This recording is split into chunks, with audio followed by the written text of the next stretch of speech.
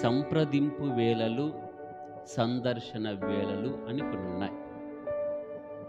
కొన్ని ప్రాంతాలను చూడాలంటే, కొంతమందిని పరామర్శించాలన్నా వేళలు, సమయాలు పాటించాలి. నేను ఎప్పుడు పడితే అప్పుడు వెళ్ళి హాస్పిటల్‌లో ఉన్న మా వాళ్ళని చూస్తాను అంటే కుదరదు. సందర్శన వేళలు వేరుగా ఉంటాయి. నాకు ఇష్టమైనప్పుడల్లా వెళ్ళి పెద్ద పెద్ద వ్యక్తులను, పదవున్న వారిని, పరపతి ఉన్న వారిని కలుస్తాను అంటే కుదరదు. వాళ్ళు కూడా కొన్ని అపాయింట్మెంట్స్ పెట్టుకుంటారు. సమయ పాలన ఉంటుంది. ఆ వేళల్లోనే వెళ్ళాలి. కొన్ని కట్టడాలు ఉన్నాయి. కొన్ని మ్యూజియంస్ ఉన్నాయి. నా ఇష్టం ప్రకారం నేను వెళ్తాను. ఉదయాన్నే వెళ్తాను. 10:00కల్లా వస్తానంటే కుదరదు. సందర్శన వేళలు ఉంటాయి. సంప్రదింపు వేళలు, సందర్శన వేళలు, పరామర్శించే వేళలు, సమయాలు ఉంటాయి. ఆ సమయంలోనే వెళ్ళాలి, చూడాలి, పరామర్శించాలి, సంప్రదించాలి.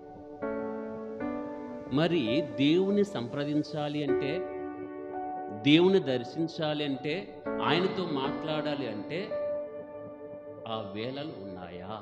సమయం ఉన్నదా? ఏ సమయంలో వెళ్ళాలి? ఉదయాన్నే వెళ్ళాలా? మధ్యాహ్నం వెళ్ళాలా?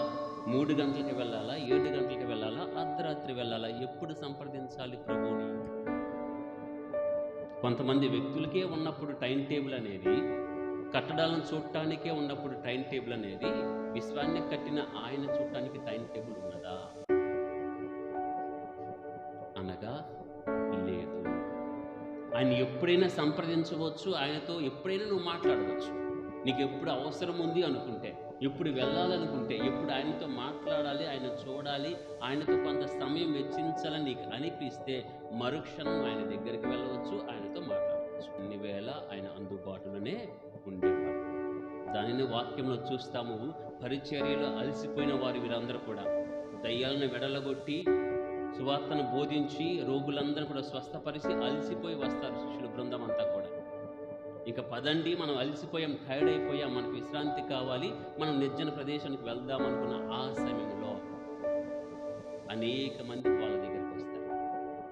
చెప్పొచ్చు కదా ప్రభు, ఇది రెస్ట్ టైం, రావద్దు. కానీ కనికరించి, చూసి జాలిపడి వారికి బోధింపను ఆరంభించాడు. అనగా నీవు వస్తానంటే రెస్ట్ని కూడా వదిలేస్తాడు.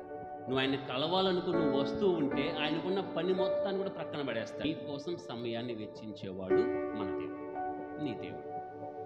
కాబట్టి మన కోసమే అన్ని వేళల అందుబాటులో ఉంది, మన కోసమే అన్ని సమయాలను కేటాయిస్తున్న ఆ దేవుని హృదయపూర్వక వందనాలు తెలియజేస్తూ, మనం తరచుగా ఆయనతో మాట్లాడే భాగ్యం, తరచుగా ఆయన సందర్శించే భాగ్యము, తరచుగా ఆయన సంప్రదించే భాగ్యము, ఆ యొక్క ప్రేమ